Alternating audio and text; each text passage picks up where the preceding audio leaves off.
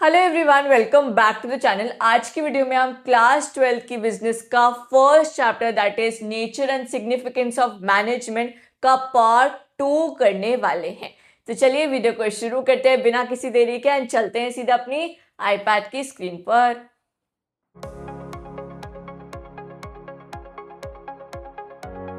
हमारा सबसे पहला टॉपिक है नेचर ऑफ मैनेजमेंट। मैनेजमेंट का नेचर कैसा है? देखो, अलग अलग लोगों का अलग अलग मानना है। कोई लोग बोलते हैं कि मैनेजमेंट तो हमारा एक आर्ट है, कोई बोलते हैं नहीं नहीं ये तो एक साइंस है, कोई बोलता है नहीं ये तो प्रोफेशन है। तो इस वीडियो में हम यही जानेंगे कि क्या मैनेजमेंट एक आर्ट है, साइंस है या फिर प्रोफेशन है। पहले तो हम आर्ट, साइंस एंड प्रोफेशन का मतलब समझेंगे, उसके फीचर्स समझेंगे, फिर उसको मैनेजमेंट के फीचर्स के संग कंपेयर करेंगे एंड देन हम आइडेंटिफाई करेंगे कि मैनेजमेंट आखिरकार है क्या। तो चलो सबसे पहले हम मैनेजमेंट ऑफ आर्ट पढ़ते हैं। मैनेजमेंट ऑफ आर्ट पढ़ने से पहले ये तो पता होना चाहिए ना कि आर्ट क्या होता है। Art is a skill. Art क्या है? एक स्किल जिसमें आप अपनी एग्जिस्टिंग नॉलेज को यूनिकली एंड क्रिएटिवली प्रेजेंट करते हो। फॉर एग्जाम्पल, डांसिंग एक आर्ट है, सिंगिंग एक आर्ट है, प्लेइंग अ स्पोर्ट एक आर्ट है, कुकिंग एक आर्ट है, टीचिंग एक आर्ट है, ड्राइंग एक आर्ट है, पेंटिंग एक आर्ट है। क्योंकि इसमें आप क्या कर रहे हो? अपनी स्किल को, अपने नॉलेज को यूनिकली एंड क्रिएटिवली प्रेजेंट कर रहे हो। अब बेसिक फीचर्स देखते हैं आर्ट के, देन उसके बाद हम मैनेजमेंट के संग उसको कंपेयर करेंगे। सबसे पहला feature is existence of theoretical knowledge. देखो, जो आप आर्ट में अपनी स्किल प्रेजेंट कर रहे हो, उस स्किल की आपको नॉलेज भी तो होनी चाहिए ना। सपोज मेरे को टीचिंग की नॉलेज ही नहीं है जो मैं पढ़ा रही हूँ, तो मैं टीचिंग कैसे करूंगी? वैसे ही किसी को अगर डांसिंग की नॉलेज ही नहीं है तो वो डांस कैसे करेगा? वैसे ही अगर किसी को सिंगिंग की नॉलेज ही नहीं है तो वो कैसे गाना गाएगा? किसी को कुकिंग की नॉलेज नहीं है तो वो कैसे कुकिंग करेगा? इसलिए सबसे ज्यादा इंपॉर्टेंट क्या है? नॉलेज होना आपको, जो आप स्किल प्रेजेंट कर रहे हो उसकी। ठीक है। देन सेकेंड फीचर क्या आता है? Personalised application. पर्सनलाइज्ड एप्लीकेशन मतलब कभी भी आप दो डांसर्स को ऑब्जर्व करना, वो एक जैसा डांस नहीं करते। उनको नॉलेज तो सेम होती है बट उनका डांस करने का तरीका अलग होता है। वैसे ही कभी भी आप टीचर्स को देखना, कोई भी दो टीचर्स एक जैसा नहीं पढ़ाते हैं। उनको नॉलेज तो सेम होती है कि पढ़ाना क्या है, बट उनको पढ़ाने का तरीका उनका अलग अलग होता है। तो जो आर्ट है वो हमारा पर्सनलाइज कॉन्सेप्ट है जो वेरी करता है इंडिविजुअल के साथ साथ। एंड थर्ड हमारा फीचर है based on practice and creativity. देखो, जैसे जैसे आप प्रैक्टिस करते जाओगे ना, आपकी स्किल एनहांस होती जाएगी। जैसे आप कभी भी, आपको जैसे डांसिंग करना है, आप अपना डे 1 और डे 100 कंपेयर करना। डे 1 में आप इतने अच्छा डांस नहीं कर पाओगे जितना आप डे 100 में कर पा रहे होगे, जितना फ्लेक्सिबल डे 100 में होगे। क्यों इतना डिफरेंस आया डे 1 एंड डे 100 में? क्योंकि आपने बहुत सारी प्रैक्टिस करी और आपने अपने स्किल को बढ़ाया है। ठीक है। अब ये जो हमने तीनों फीचर्स समझे है ना, इसको मैनेजमेंट के संग एक बार कंपेयर करते हैं, देन बुक से रीड करेंगे। सबसे पहला फीचर था हमारा existence of theoretical knowledge. Existence of theoretical knowledge, क्या मैनेजमेंट में भी थ्योरेटिकल नॉलेज होना जरूरी है? हाँ, बिल्कुल जरूरी है। तभी तो आप MBA एंड BBA जैसे कोर्सेज करते हो, ताकि आपको थ्योरेटिकल नॉलेज मिले। देन फिर जब आप जॉब करो तो उसको आप प्रैक्टिकली अप्लाई करो। अगर आपको नॉलेज ही नहीं होगी तो आप प्रैक्टिकल एप्लीकेशन किस चीज़ का करोगे? इसलिए नॉलेज होना बहुत ज़्यादा ज़रूरी है मैनेजमेंट में। तो ये फीचर तो बेस्ट है मैनेजमेंट के साथ। सेकेंड फीचर क्या है? Personalised application. मतलब इंडिविजुअल के साथ साथ आपका स्किल भी वेरी करता है। वैसे ही मैनेजमेंट में अगर देखा जाए तो हर मैनेजर अलग अलग तरीके से परफॉर्म करता है। उसको नॉलेज तो सेम होती है बट उसका काम करने का तरीका अलग होता है। कोई किसी और तरीके से प्रॉब्लम सॉल्व करता है तो कोई किसी और तरीके से प्रॉब्लम सॉल्व करता है। दोनों का नॉलेज सेम है प्रॉब्लम सॉल्व करने का, बट उनका तरीका अलग है। तो मैनेजमेंट ये वाले फीचर के संग भी बैठ रहा है। देन थर्ड फीचर था हमारा based on practice and creativity. जैसे जैसे आप प्रैक्टिस करते जाओगे वैसे वैसे आप अच्छे बनते जाओगे। वैसे ही मैनेजमेंट में भी क्या होता है, जैसे जैसे आप प्रॉब्लम्स ज़्यादा से ज़्यादा सॉल्व करते जाओगे, जैसे जैसे आप प्लानिंग ज़्यादा से ज़्यादा करते जाओगे, आप उस चीज में अच्छे बन जाओगे। तो क्या मैनेजमेंट आपको आर्ट जैसा लग रहा है? जो जो फीचर्स आर्ट के हैं वही फीचर्स मैनेजमेंट के हैं। तो क्या मैनेजमेंट को एज एन आर्ट कंसिडर कर सकते हैं कि मैनेजमेंट एक आर्ट है? बिल्कुल कंसिडर कर सकते हैं। अब हम एक एक करके पूरा पढ़ते हैं अपनी एनसीईआरटी से। आर्ट क्या है? Art is the skilful and personal application of existing knowledge to achieve desired result. आप अपने एग्जिस्टिंग नॉलेज को कैसे प्रेजेंट करते हो। देन बेसिक फीचर्स, सबसे पहले existence of theoretical knowledge. Art presupposes the existence of certain theoretical knowledge. आपको कुछ ना कुछ नॉलेज जरूर होनी चाहिए। फॉर एग्जाम्पल डांसिंग में आपको लिटरेचर ऑन डांसिंग आना चाहिए, देन पब्लिक स्पीकिंग, एक्टिंग और म्यूजिक इज वाइडली रिकॉग्नाइज। इन सबके कोर्सेज होते हैं, इन सबकी थियोरेटिकल नॉलेज आपको पहले गेन करना पड़ेगा, तभी आप इस स्किल को प्रेजेंट कर सकते हो। Second feature is personalise application. The use of this basic knowledge varies from individual to individual. Knowledge तो इनको है बट वो इंडिविजुअल टू इंडिविजुअल वेरी करते रहती है। Art is therefore a personalised concept. क्या है? एक पर्सनलाइज्ड कॉन्सेप्ट है क्योंकि वो हर इंडिविजुअल के लिए अलग अलग है। To dancers, to speakers, to actors और to writers will always differ in demonstrating their art. हमेशा आपको अलग अलग दिखेगा उनका क्या डेमोन्स्ट्रेशन, किसका? आर्ट को प्रेजेंट करने का। Based on practice and creativity, all art is practical. Art involves the creative practice of existing theoretical knowledge. जितना आप ज़्यादा प्रैक्टिस करोगे उतना आप अच्छा बनते जाओगे। अब मैनेजमेंट के संग कंपेयर करते हैं। A successful manager practices the art of management in the day-to-day job of managing an enterprise based on study, observation and experience. There is a lot of literature available in various areas of management like marketing, finance and human resources. अभी हमने पढ़ा था कि management में भी आपको knowledge होना जरूरी है। मैनेजमेंट के भी अलग अलग सेक्टर्स है, जैसे finance, marketing and human resource. इनके बारे में अगर आपको नॉलेज ही नहीं होगी तो आप इन पे काम नहीं कर पाओगे। Second features is there are various theories of management as propounded by many management thinkers which prescribe certain universal principles. देखो बहुत सारे महापुरुष आए थे, उन्होंने अपने अपने प्रिंसिपल्स बताए थे मैनेजमेंट के। A manager applies these scientific methods and body of knowledge to a given situation and an issue. ये बहुत ज़्यादा मोटा पेन हो रहा है, थोड़ा पतला पेन यूज करते हैं।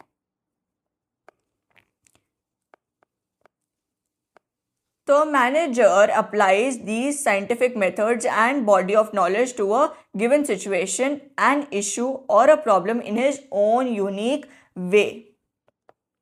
पर वो कैसे कर पाता है? जो भी महापुरुषों ने थ्योरीज दिए हैं, प्रिंसिपल्स दिए हैं, उसको मैनेजर अप्लाई करता है किसी भी प्रॉब्लम को सॉल्व करने के लिए। बट वो एक्सपर्ट कब बनता है? जब वो प्रैक्टिस करता है बार बार बार बार वो चीजों को करने के लिए। A manager achieves perfection. Perfection कब आता है उसको? After long practice. इसलिए प्रैक्टिस इंपॉर्टेंट है। थर्ड फीचर पे चलते हैं। A manager applies these acquired knowledge in a personalise and skilful manner. जो भी उसने नॉलेज गेन करी, जो भी उसको प्रैक्टिस करके नॉलेज आई, उसको वो एक स्किलफुल मैनर में प्रेजेंट करता है, अपने तरीके से प्रेजेंट करता है, अपने तरीके से प्रॉब्लम्स को सॉल्व करता है, अपने तरीके से एक डिसीजन लेता है। तो हर मैनेजर अलग अलग होता है अपने प्रेजेंटेशन में। ठीक है, अब हम समझेंगे management as a science. Management science कैसे है ये समझने से पहले ये समझना जरूरी है कि साइंस के बेसिक फीचर्स क्या होते हैं।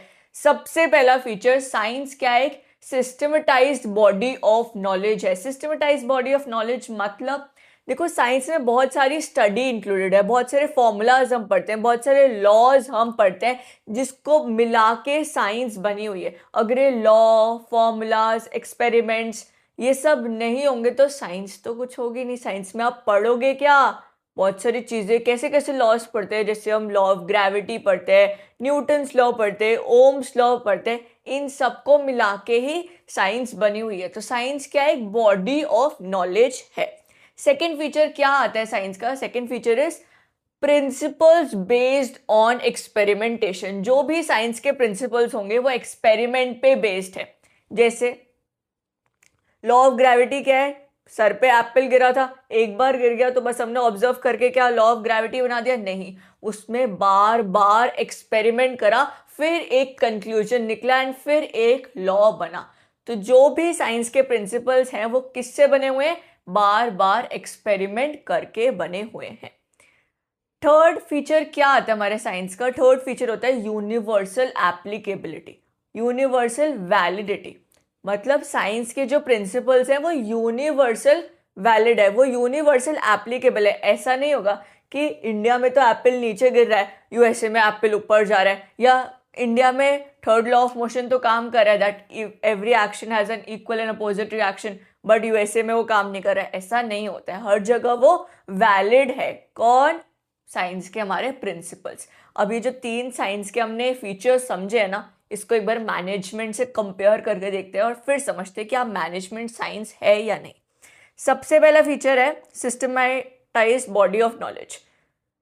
देखो मैनेजमेंट में भी एक सिस्टमेटाइज्ड बॉडी ऑफ नॉलेज होती है। कैसे, उसमें भी हम बहुत सारे प्रिंसिपल्स पढ़ते हैं, रूल्स पढ़ते हैं, गाइडलाइंस पढ़ते हैं एंड बहुत सारी वोकैबुलरी पढ़ते हैं। तो मैनेजमेंट एक सिस्टमेटाइज्ड बॉडी ऑफ नॉलेज तो है, तो ये वाला फीचर तो मैच कर रहा है साइंस के साथ। सेकेंड वाला फीचर देखते हैं। सेकेंड वाला फीचर क्या था, principle based on experimentation. Management में भी जो प्रिंसिपल्स होते हैं ना, जो प्रिंसिपल्स बनाए वो एक्सपेरिमेंट करके बनाए गए, बट वो एक्सपेरिमेंट हुआ किस पे है, ह्यूमंस पे हुआ है। एंड ह्यूमंस का नेचर कैसा होता है, चेंजिंग नेचर होता है। वो इन्वायरमेंट के साथ साथ, वो सराउंडिंग के साथ साथ चेंज होते रहते हैं। तो जो उनके लिए प्रिंसिपल्स बनाए हैं ना, वो भी स्टैटिक नहीं रहेंगे, उनको भी चेंज करना पड़ेगा। बट वहीं साइंस के प्रिंसिपल्स हर जगह सेम होते हैं, उनको चेंज नहीं करना पड़ता है, उनका रिजल्ट हमेशा सेम निकल के आता है। बट मैनेजमेंट में जब भी हम एक्सपेरिमेंटेशन करते हैं ना ह्यूमंस पर, तो ह्यूमन टू ह्यूमन सारा रिजल्ट डिफर करता है, हर जगह सेम नहीं होता है हमारा रिजल्ट। तो ये वाला फीचर नहीं मैच करा हमारा साइंस के संग, थोड़ा बहुत ही मैच करा कि मैनेजमेंट में भी एक्सपेरिमेंट करके हम प्रिंसिपल्स बनाते हैं, साइंस में भी एक्सपेरिमेंट करके बनाते हैं। बट जो साइंस के एक्सपेरिमेंट के जो प्रिंसिपल्स जो हमने एक्सपेरिमेंट करके बनाए होते हैं, उनका रिजल्ट स्टैटिक होता है, वो चेंज नहीं होता। बट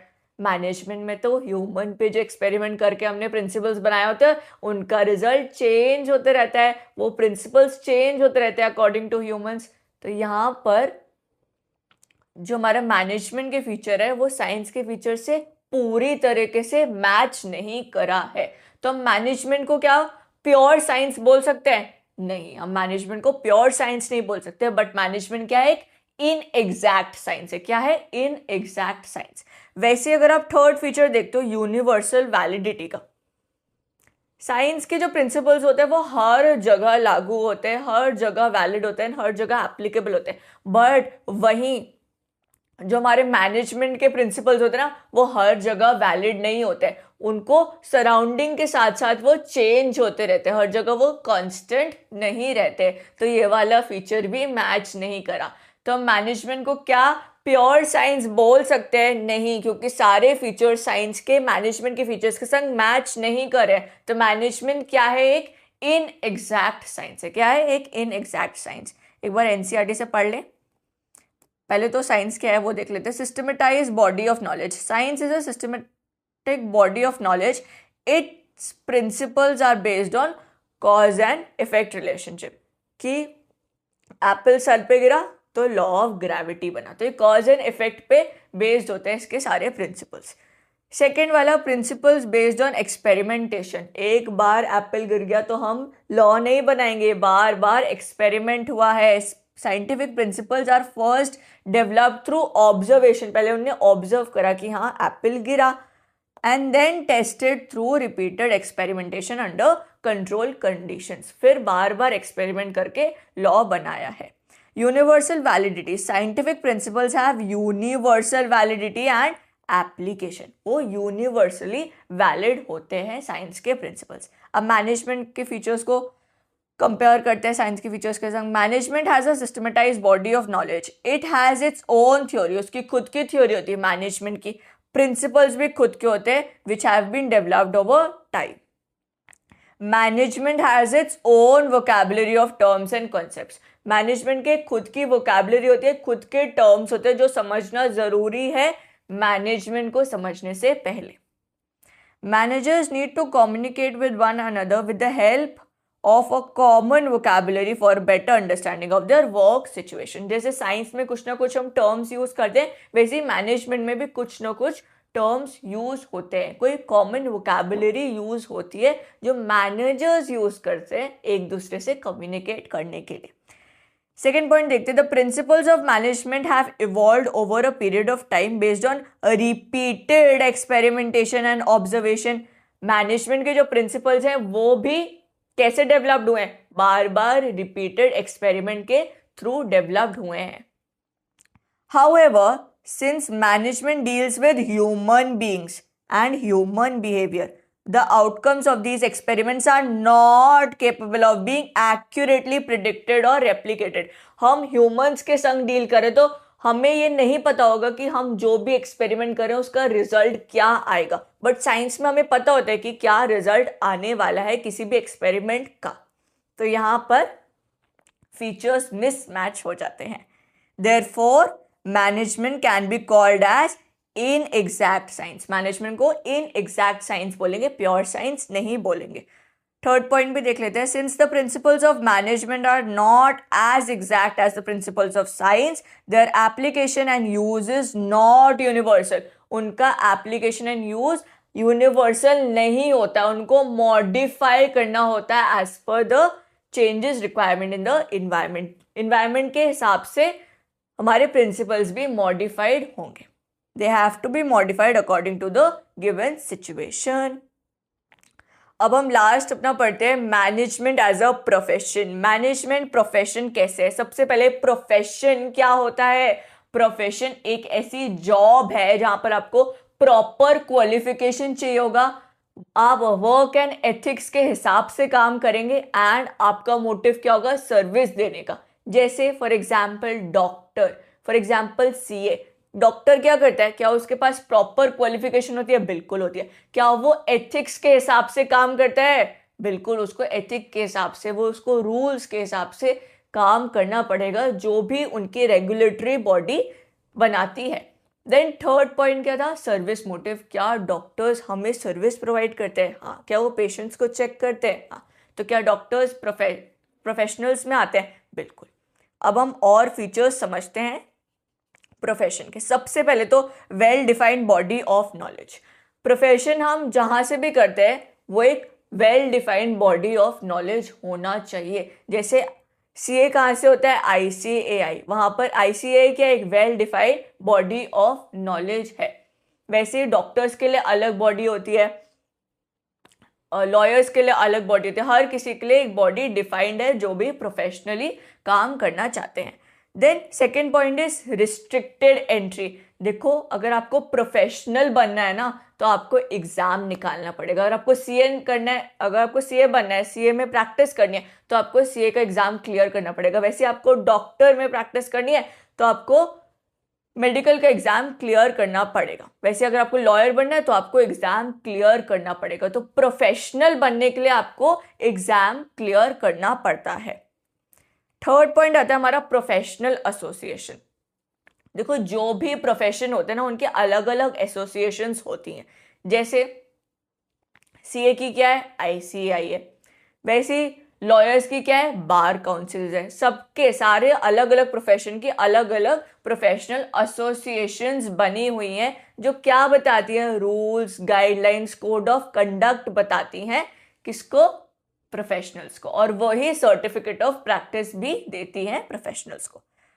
फोर्थ आता है एथिकल कोड ऑफ कंडक्ट। जो भी प्रोफेशनल्स होंगे उनको एक कोड ऑफ कंडक्ट मेंटेन करना पड़ेगा, उनको एक बिहेवियरल नॉर्म्स मेंटेन करने पड़ेंगे, उनको मॉरल वैल्यूज मेंटेन करनी पड़ेगी। ये नहीं आप कुछ भी कर रहे हो, सीए कर रहे हो तो कुछ घपला कर रहे हो, ऐसा नहीं करना है। आपको ethical code of conduct follow करना पड़ेगा जो भी रेगुलेटरी बॉडी आपको बताती है।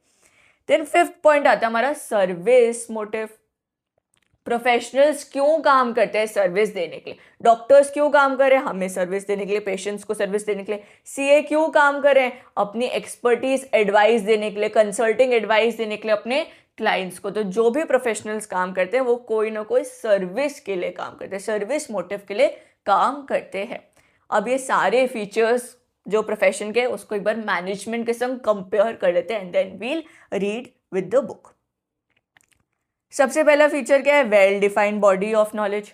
क्या मैनेजमेंट में भी कोई well defined body of knowledge होती है जहां से हम पढ़ाई कर सकते हैं? बिल्कुल होती है। बड़े बड़े आईएएम्स हैं जो मैनेजमेंट की स्टडी प्रोवाइड करा रहे हैं, तो ये वाला फीचर मैच हो रहा है। देन सेकंड फीचर क्या है? Restricted entry. क्या मैनेजर बनने के लिए आपको कोई एग्जाम क्लियर करना पड़ता है? देखो, बहुत रेयर केसेस में कंपल्शन होता है कि आप एग्जाम क्लियर करोगे तभी आप मैनेजर बन पाओगे। बट अगर आप छोटे स्केल में देखो, किराना शॉप वाले भैया भी तो अपनी दुकान को मैनेज करें, क्या उनने कोई एग्जाम क्लियर करे? नहीं। आपके मम्मी पापा अगर कोई बिजनेस कर रहे होंगे तो वो भी तो अपने बिजनेस को मैनेज कर रहे हैं, उनने क्या कोई एग्जाम क्लियर करा है? नहीं। तो मैनेजमेंट में मैनेजर्स बनने के लिए कोई एग्जाम क्लियर करना जरूरी नहीं होता है, वहां पर कोई रिस्ट्रिक्टेड एंट्री नहीं होती है एज सच। Professional association. क्या मैनेजमेंट में भी कोई प्रोफेशनल एसोसिएशन होता है? बिल्कुल होता है। कौन सा होता है? AIMA। कौन सा होता है? AIMA, जिसका फुल फॉर्म क्या होता है? All India management association. वो एसोसिएशन एक होता है, जैसे प्रोफेशनल एसोसिएशन सीए के लिए होते हैं, लॉयर्स के लिए होते हैं, वैसे ही मैनेजर्स के लिए भी होते हैं। बट जरूरी नहीं कि आप उसके मेंबर हो तभी आप मैनेजर बन सकते हो। वैसे ही किराना शॉप वाले भैया तो AIMA के मेंबर नहीं होंगे, आपके मम्मा पापा भी कोई AIMA के मेंबर नहीं होंगे, फिर भी वो मैनेजर्स है ना। तो जरूरी नहीं कि आप प्रोफेशनल एसोसिएशन के मेंबर हो। ये वाला पॉइंट भी मैच नहीं कर रहा है प्रोफेशन के साथ। Ethical code of conduct. जैसे सीए को ICAI के गिवन जो भी गाइडलाइन होती है वो फॉलो करनी पड़ती है, वो कोड ऑफ कंडक्ट फॉलो करना पड़ता है। वैसे ही लॉयर्स को जो बार काउंसिल बताते हैं वो कोड ऑफ कंडक्ट फॉलो करना पड़ता है। बट मैनेजर्स में ऐसा कुछ भी कोड ऑफ कंडक्ट आपको फॉलो नहीं करना पड़ता है। Then fifth point is service motive. जो भी प्रोफेशनल काम कर रहे हैं वो कुछ ना कुछ सर्विस प्रोवाइड करने के लिए काम कर रहे हैं। बट मैनेजर्स क्यों काम कर रहे हैं? मैनेजर्स का सिर्फ एक ही गोल है, ऑर्गेनाइजेशनल गोल को फुलफिल करना। और ऑर्गेनाइजेशन का क्या गोल था? प्रॉफिट को कमाना। इसलिए मैनेजर्स काम कर रहे हैं। एक बार हम बुक से पढ़ लेते हैं एंड देन इस वीडियो को करते हैं खत्म। A profession has the following characteristics. सबसे पहले तो well defined body of knowledge. All professions are based on a well defined body of knowledge that can be acquired through instruction. Restricted entry. The entry to a profession is restricted through an examination. आपको examination देना पड़ेगा और through acquiring an educational degree. आपको कोई degree लेनी पड़ेगी तभी आप professional कहलाओगे। Professional association. All professionals are affiliated to a professional association which regulates entry. वो entry को regulate करते हैं, वो certificate को grant करते हैं, वो policies बनाते हैं, code of conduct बनाते हैं जो हर professional को follow करना पड़ता है। Ethical code of conduct. All professions are bound by code of conduct which guides the behavior of its member. हर प्रोफेशनल को जो भी code of conduct regulatory body ने बताया होगा वो आपको फॉलो करना पड़ेगा। Service motive. The basic motive of a profession is to serve the clients interest. उनका बेसिक मोटिव क्या होता है? क्लाइंट्स के इंटरेस्ट को फुलफिल करना by rendering dedicated and committed services. जैसे सीए का क्या सर्विस मोटिव है कि अपने क्लाइंट्स के लिए बेस्ट टू बेस्ट डील्स लेके आना, बेस्ट टू बेस्ट उनको एडवाइस देना। वैसे ही डॉक्टर्स का क्या है सर्विस मोटिव है? अपने पेशेंट्स के लिए काम करना, अपने पेशेंट्स के इंटरेस्ट के लिए काम करना। अब एक बार मैनेजमेंट से ये सारे फीचर्स कंपेयर कर लेते हैं। वैसे हमने ऑलरेडी पता है कि कौन सा मैच कर रहा है कौन सा नहीं मैच कर रहा है, बट फिर भी एक बार बुक से पढ़ लेते हैं। All over the world there is marked growth in management as a discipline. It is based on a systematic body of knowledge comprising well-defined principles on a variety of business situations. This knowledge can be acquired at college, different college and professional institutes. देखो, जो management की knowledge है ना वो हम colleges के through, professional जो institutes हैं उनके थ्रू ग्रैब कर सकते हो, उनके थ्रू गेन कर सकते हैं। कौन से ऐसे इंस्टीट्यूट्स हैं, मैंने आपको बताया था, जैसे IIMs वगैरह के थ्रू हम कर सकते हैं। The subject of management is taught at different institution. Some of these have been set up with the specific purpose of providing management education. ये सेटअप ही क्यों हुए हैं? मैनेजमेंट की एजुकेशन को प्रोवाइड करने के लिए। Entry to different institutes is usually through an examination. तो जैसे प्रोफेशन में कोई एक वेल डिफाइंड बॉडी होती है, वैसे ही मैनेजमेंट में भी एक वेल डिफाइंड बॉडी है। There is no restriction on anyone being designated or appointed as manager in any business enterprise. ऐसा कोई भी restriction नहीं होता है मैनेजर बनने के लिए। Anyone can be called a manager irrespective of their educational qualification possessed. उनके पास कोई ऐसी क्वालिफिकेशन हो या नहीं हो, उनको मैनेजर बना सकते हैं। बट डॉक्टर बनने के लिए क्वालिफिकेशन होना ज़रूरी है, वैसे CA बनने के लिए क्वालिफिकेशन होना ज़रूरी है, वैसे लॉयर बनने के लिए क्वालिफिकेशन होना ज़रूरी है। बट मैनेजर्स बनने के लिए ऐसी कोई क्वालिफिकेशन नहीं ज़रूरी होती है। थर्ड पॉइंट देखते हैं, देयर आर सेवरल एसोसिएशंस। जैसे प्रोफेशन में एसोसिएशन थी, वैसे यहाँ पर भी एसोसिएशन है of practicing managers in India, like AIMA, All India Management Association, that has laid down a code of conduct to regulate the activities of its member, but no compulsion for managers to be members of such association or not does it have any statutory backing. ज़रूरी नहीं कि आप उस association के member बनो, अगर आप बनो तो ठीक, नहीं बनो तो भी ठीक, आप मैनेजर बन सकते हो। बट CA में ICI का मेंबर होना ज़रूरी होगा, तभी आप प्रैक्टिस कर सकते हो। वैसे ही सारे प्रोफेशन में जो भी प्रोफेशनल एसोसिएशन है उसका मेंबर होना ज़रूरी है, तभी आप प्रैक्टिस कर सकते हो। अब लास्ट सर्विस मोटिव वाले पॉइंट पे आते हैं। The basic purpose of management is to help the organisation achieve its stated goal. वो गोल क्या होता है? प्रॉफिट मैक्सिमाइजेशन का। तो इससे हम क्या कंक्लूजन निकाल सकते हैं कि क्या मैनेजमेंट एक प्रोफेशन है, उसके जो प्रोफेशन के फीचर्स थे क्या वो मैनेजमेंट से मैच हुए?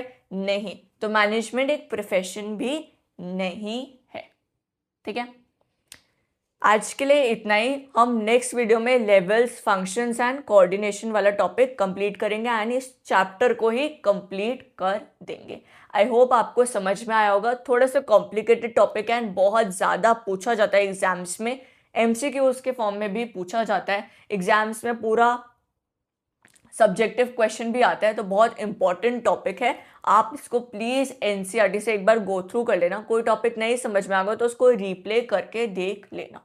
ठीक है, that's it for the video. Thank you so much for watching. If you like the video, please hit the like button and please add your valuable comment as well. See you in the next video. Bye bye.